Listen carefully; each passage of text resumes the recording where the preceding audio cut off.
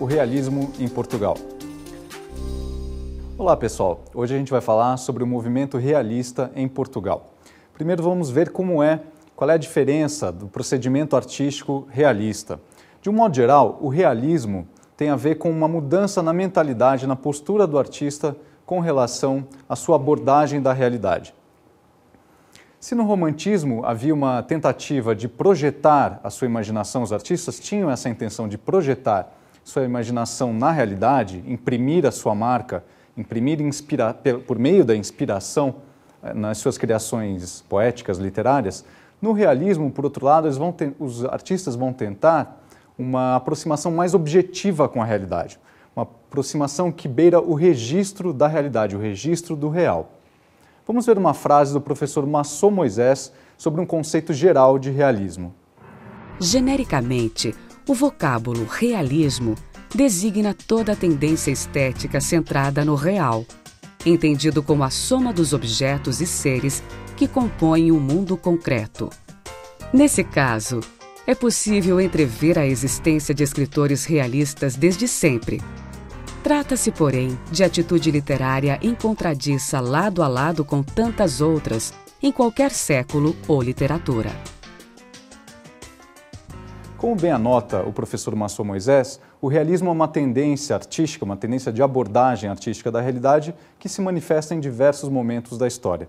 No entanto, no meados do século XIX, ele se tornou um verdadeiro programa estético. Quer dizer, os artistas começaram a tentar representar a realidade sem floreios, sem os arroubos de inspiração que marcavam a geração anterior, que marcavam os românticos. Os escritores e os intelectuais acreditavam poder traduzir em ideias a realidade circundante, quer dizer, por meio da observação, da verificação científica. Em Portugal, o realismo vai de 1865, com a questão Coimbra, a polêmica que opôs românticos e realistas, e termina, o marco final do realismo é 1890, com a publicação do livro O Aristos, de Eugênio de Castro, um livro de poemas que marca o início do simbolismo em Portugal. Os escritores realistas, então, procuram fazer uma investigação objetiva da realidade, empírica, inspirada em ideias científicas da época. É um momento também de crescimento econômico e de industrialização, uma incipiente industrialização em Portugal. O centro artístico do realismo português também muda, de Coimbra para Lisboa. Lisboa começa a se urbanizar, a crescer, a se tornar a maior cidade portuguesa e a mais importante do ponto de vista literário. As grandes cidades, inclusive, vão ser o grande palco do movimento realista. Vamos ver então o quadro Inspirações da aula de hoje.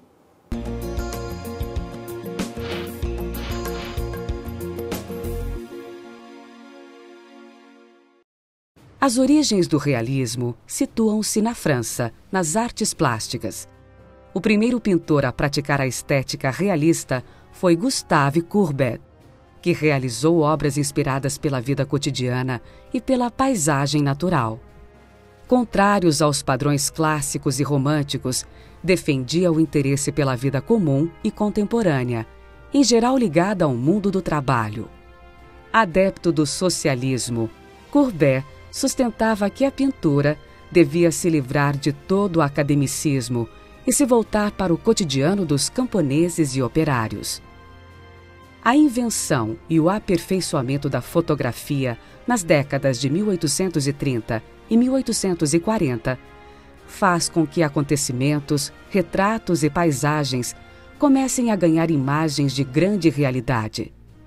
Os principais nomes dentre os primórdios da fotografia são Joseph Niepce, 1765-1833, e Louis Daguerre, 1789-1851.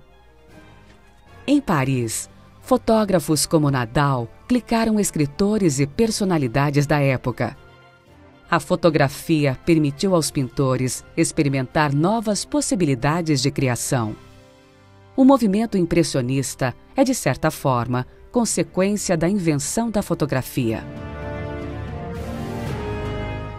Como vimos aí no quadro Inspirações, o realismo é um movimento que se inspira, o realismo na literatura se inspira muito em outras artes.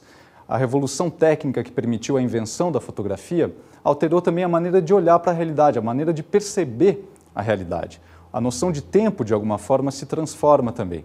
Se antes a pintura era uma arte que era feita de uma maneira artesanal, que dependia do gesto do artista, a fotografia de alguma forma transforma isso. É a câmera, a máquina, que vai ser responsável pelo registro da realidade e pela produção de imagens, pela própria produção poética. É claro que isso não elimina a subjetividade, mas isso transforma a subjetividade. Além da fotografia, da segunda metade do século XIX em diante, nós vamos ver uma série de inovações no que se refere ao registro do real, que vai, inclusive, esse processo vai ser coroado com a invenção do cinema, com as imagens, com a possibilidade de registrar as imagens em movimento. Então, o cinema é uma espécie de uma evolução da técnica fotográfica e que também vai se refletir sobre a arte da época. Vamos ver então como se dá o contexto histórico e ideológico do realismo na Europa. As principais ideias que pautaram os realistas, os escritores e intelectuais realistas, têm a ver com uma certa crise. Primeiro, um crescimento econômico e social muito grande e depois com a crise justamente do mundo burguês. Dois acontecimentos são muito importantes nesse processo. Um é a Segunda Revolução Industrial e outro são as revoltas populares, ocorridas principalmente na França, mas que depois se disseminaram pela Europa, cujo principal exemplo é a Comuna de Paris, ocorrida em 1871. A Segunda Revolução Industrial é o momento em que se fazem inovações técnicas como a invenção das ferrovias, a invenção da eletricidade, todas inovações que mudaram as feições das cidades.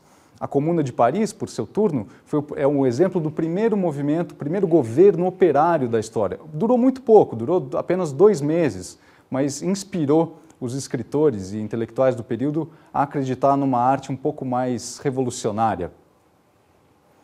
Uma série, então, de novas concepções filosóficas, científicas vão surgir para tentar equacionar essa crise do liberalismo burguês, inclusive apresentando alternativas ao liberalismo e ao capitalismo.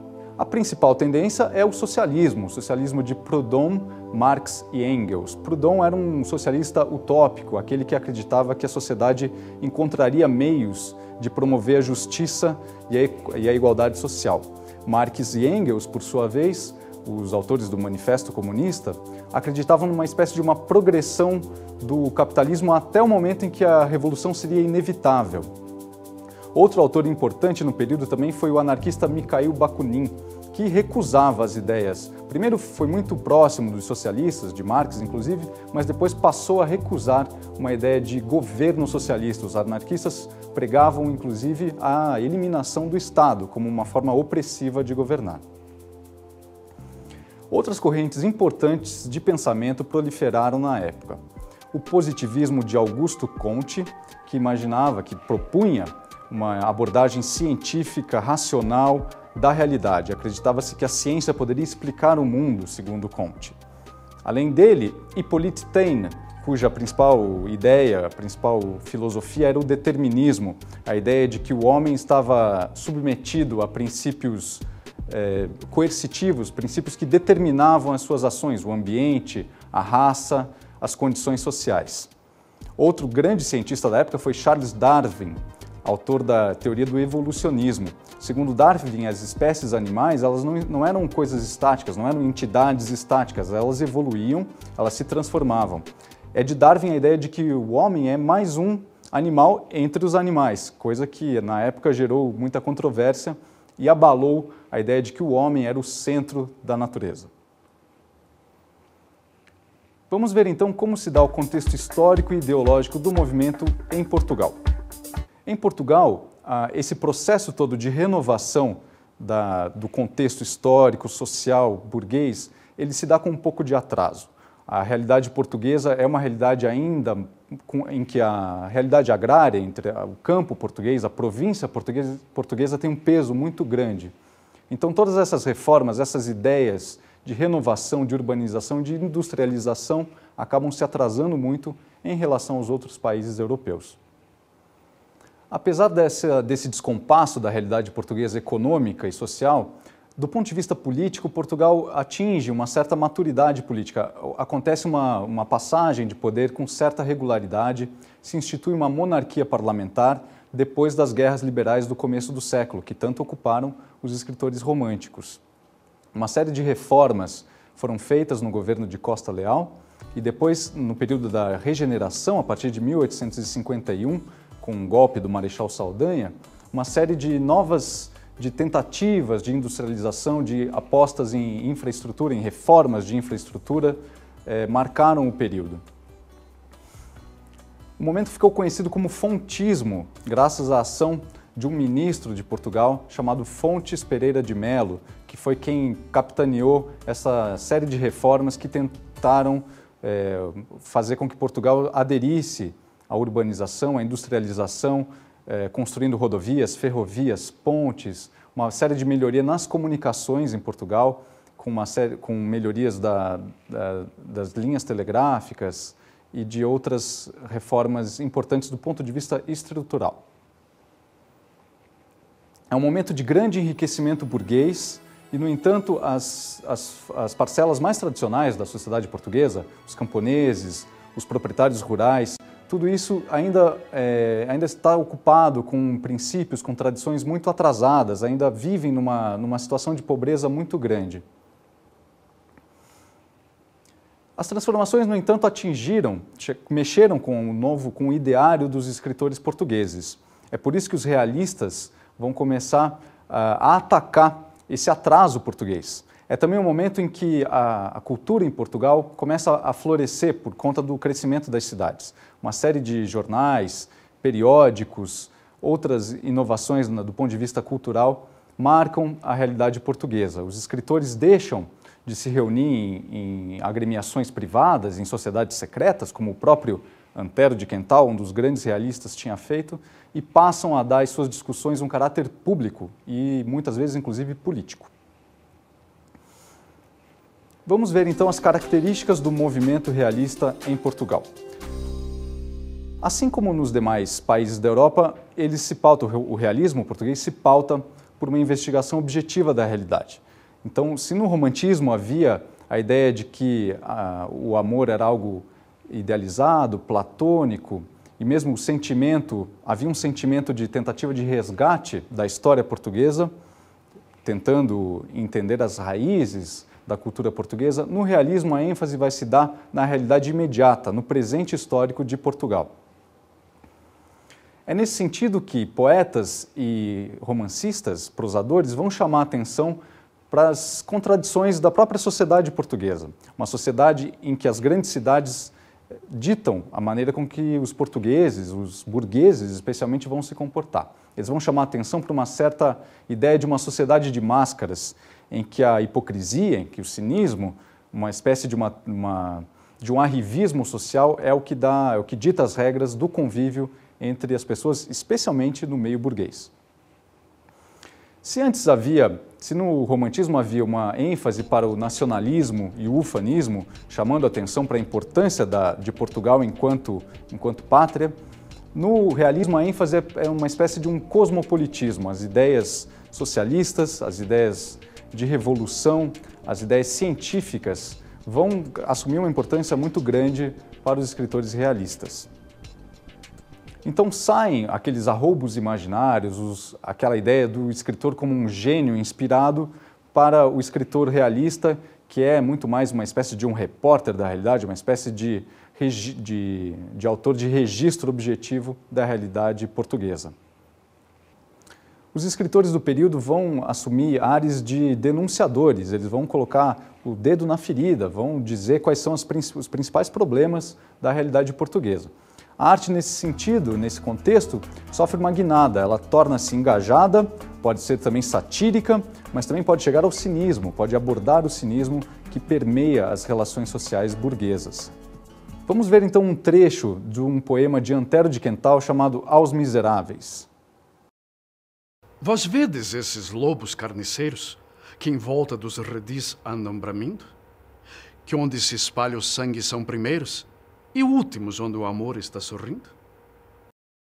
Quental se dirige aos miseráveis, quer dizer, aquela parcela da população portuguesa que está à margem desse processo de industrialização, que está, sobretudo, sofrendo os processos dos limites da sociedade burguesa.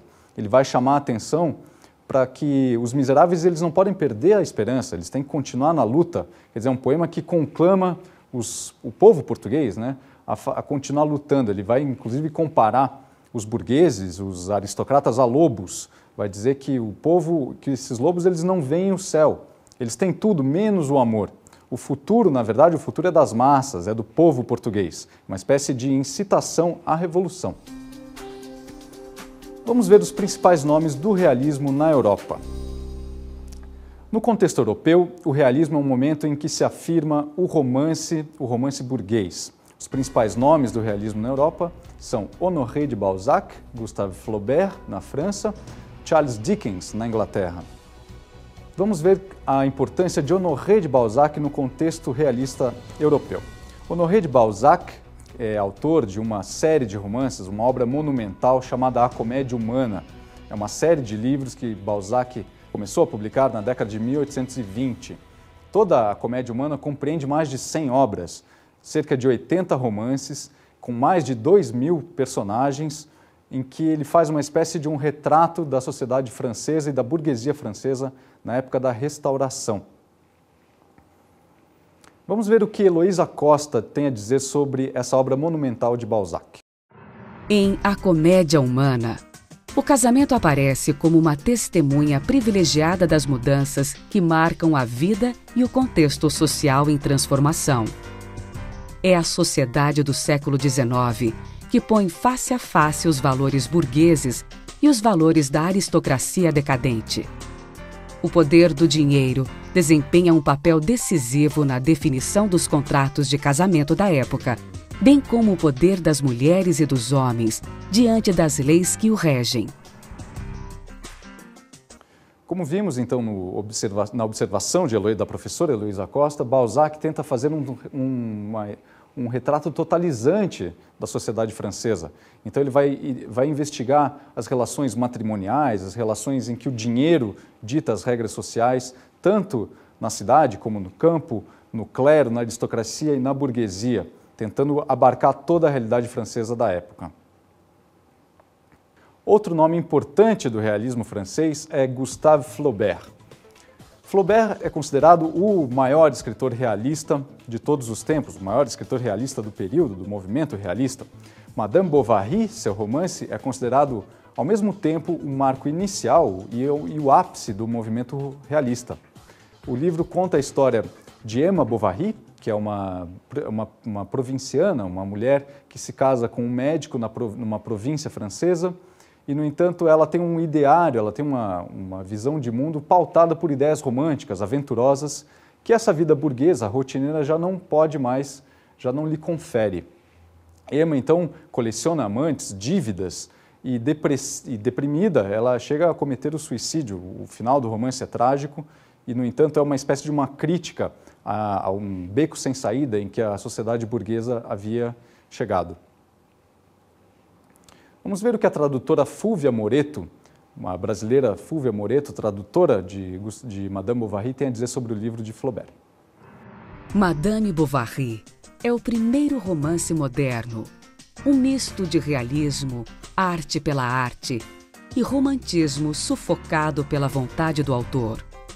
A história banal da imaginativa Emma Bovary, que recebeu uma educação por demais romântica, que se casa sem amor, que se perde em idealismos, amantes e dívidas, impôs-se entre as mais importantes obras de todos os tempos. O romance de Flaubert causou escândalo na época e o autor chegou a ser processado, foi condenado inclusive por obscenidade e imoralidade. O principal pecado do livro, segundo os críticos na época, os críticos moralistas, era que o romance não oferecia saída para essa mulher burguesa, adúltera, que tinha dívidas e amantes. Quer dizer, não havia um gesto do autor, ou pelo menos do narrador, que a condenasse, que criticasse, que fizesse com que mostrasse para o leitor que aquela conduta era uma conduta reprovável. Outro grande autor realista, agora saindo um pouquinho da esfera francesa, é Charles Dickens, o inglês Charles Dickens. Charles Dickens foi um dos prosadores mais populares do realismo na Inglaterra e na Europa. Ele é considerado um dos fundadores do jornalismo moderno, publicou a maioria dos seus textos, dos seus romances e das suas reportagens em jornal. Ele teve uma infância pobre, teve de trabalhar como operário, trabalhou numa fábrica de graxa. Ele publicou em folhetim seus mais importantes livros, e o estilo do autor é pautado pela leveza, pelo humor, pela crítica à era vitoriana, uma era de muita prosperidade na Inglaterra. Seus principais livros são The Pickwick Papers, As Aventuras do Sr. Pickwick, em português, Oliver Twist e David Copperfield.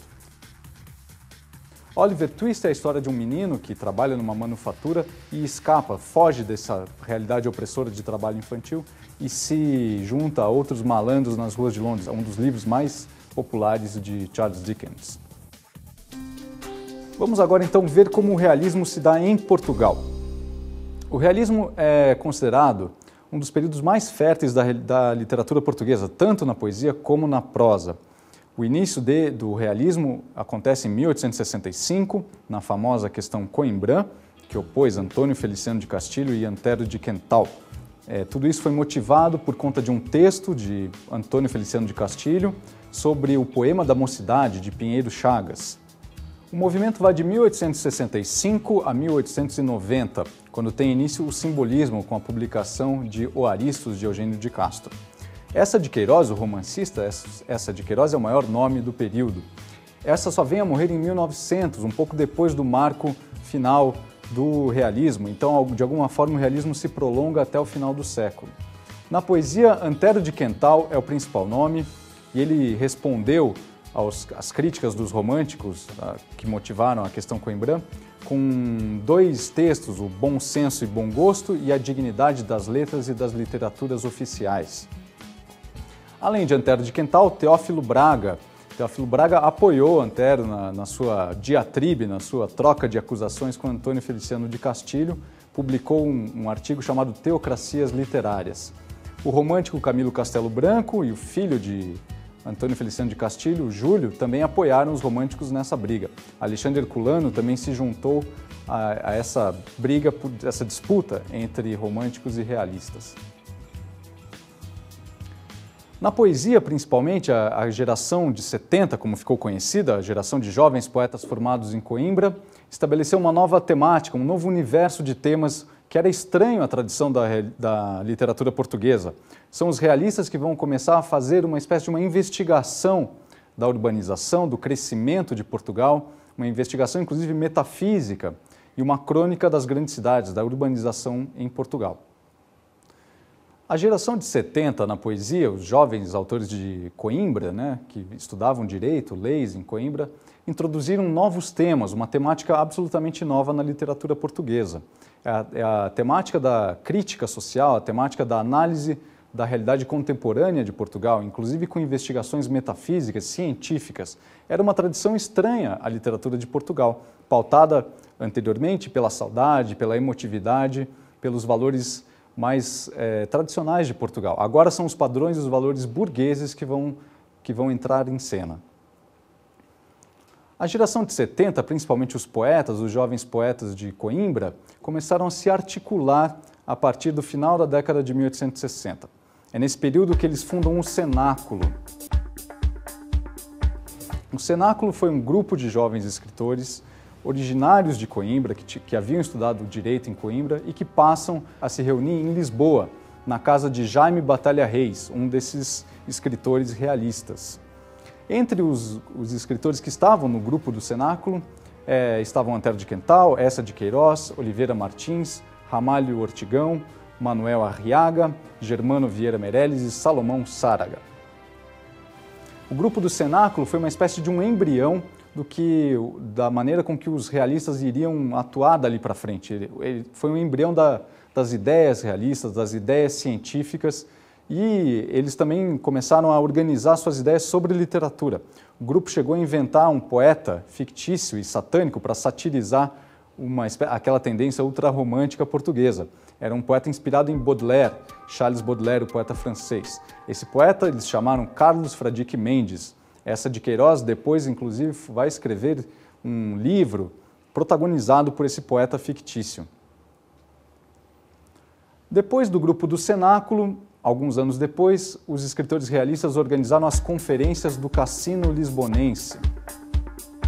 Em 1871, os escritores liderados por Antero de Quental decidiram fazer uma série de conferências, uma série de palestras para divulgar as suas principais ideias a respeito da literatura e da sociedade portuguesa.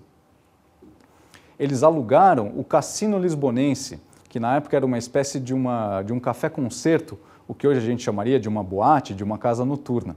Antero de Quental foi quem abriu a programação. Ele proferiu a palestra O Espírito das Conferências e depois Causas da Decadência dos Povos Peninsulares nos Últimos 3 Séculos.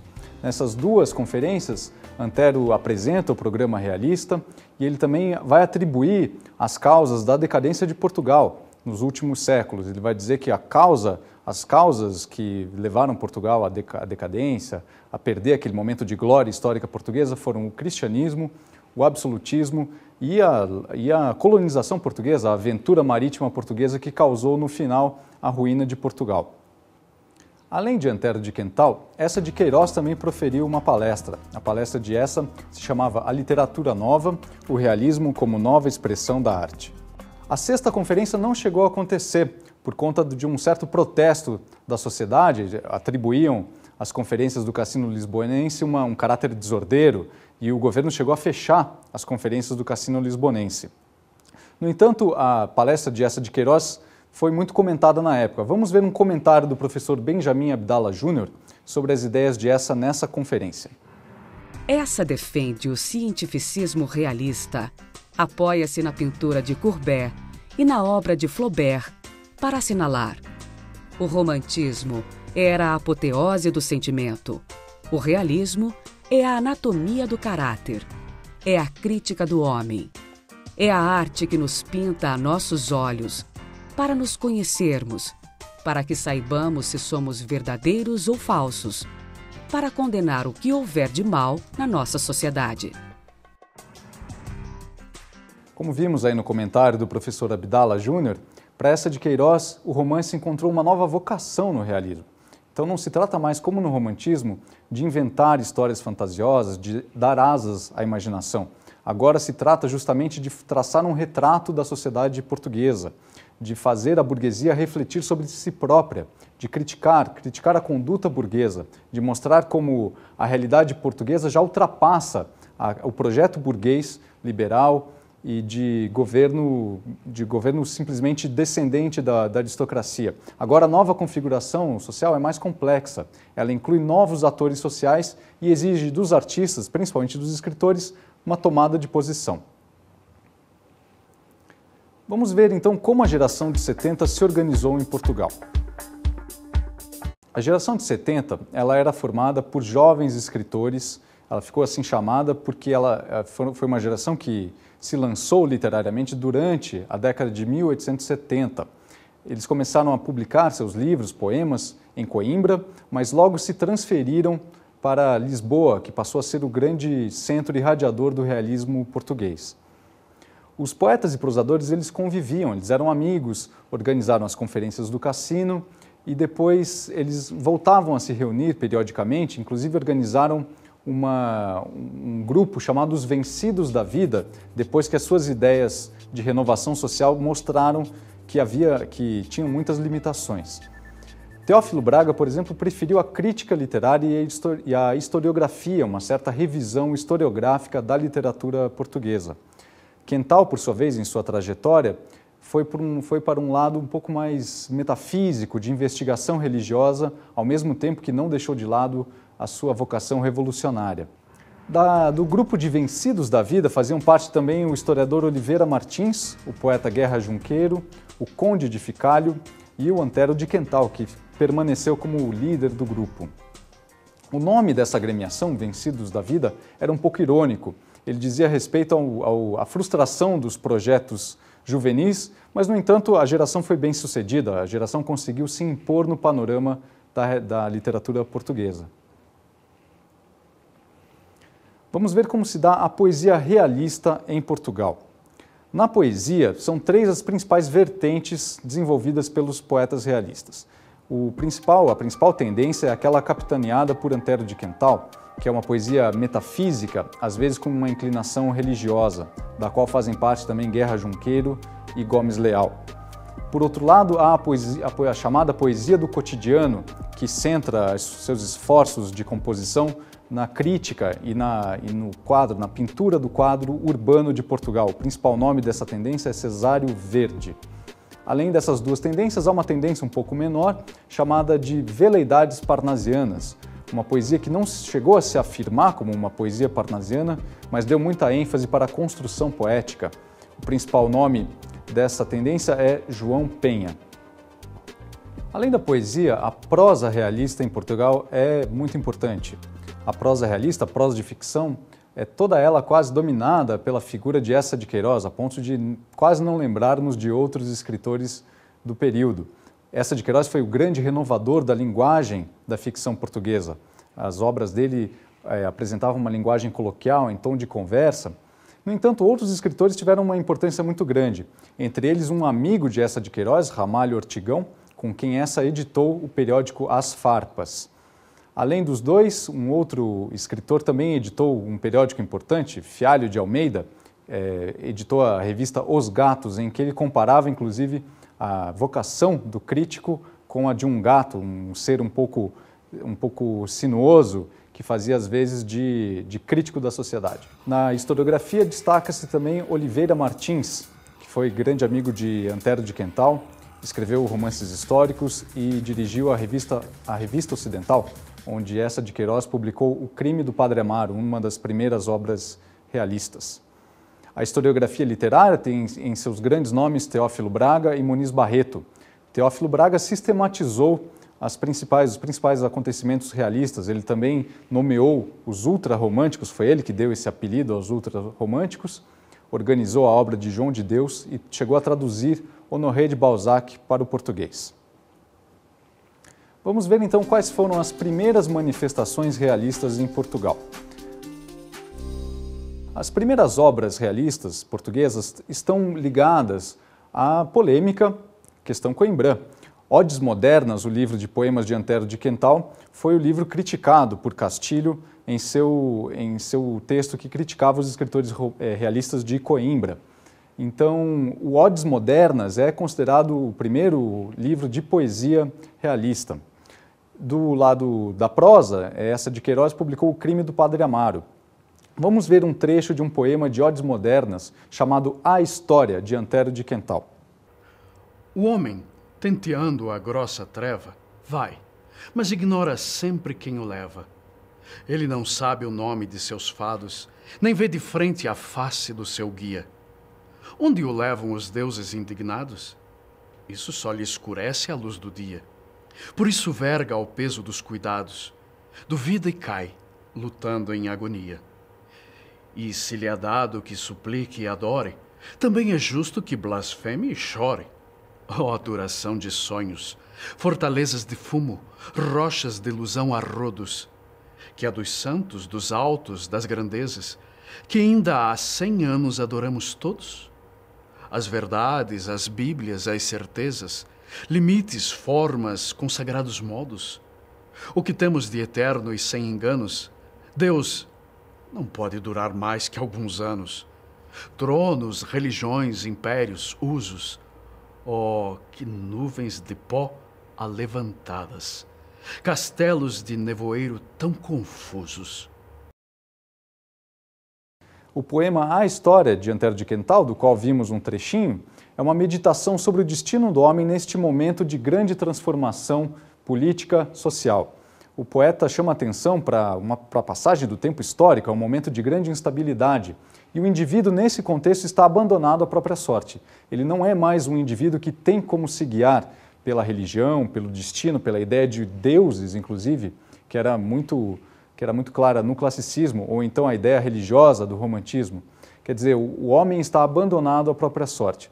Mas ele não vê isso com pessimismo, ao contrário, ele vê isso um indício de que é a hora do homem pegar em armas, lutar, contestar a realidade econômica e social da época.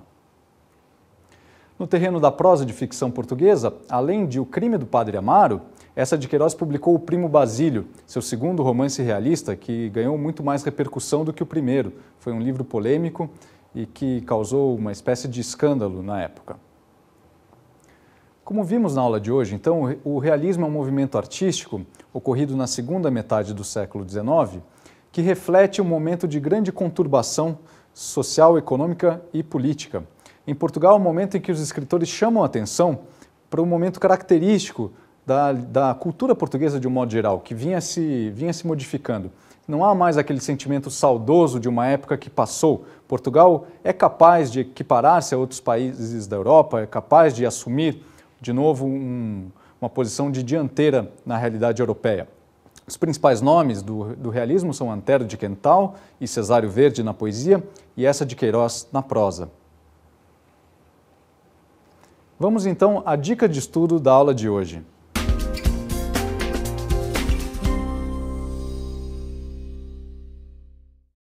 A dica de estudo da aula de hoje é a série de livros de Honoré de Balzac, A Comédia Humana.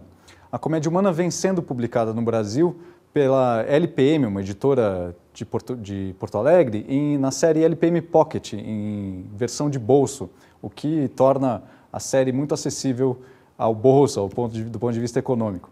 Entre os principais romances de Balzac nessa série está O Pai Goriot, Eugénie Grandet e As Ilusões Perdidas.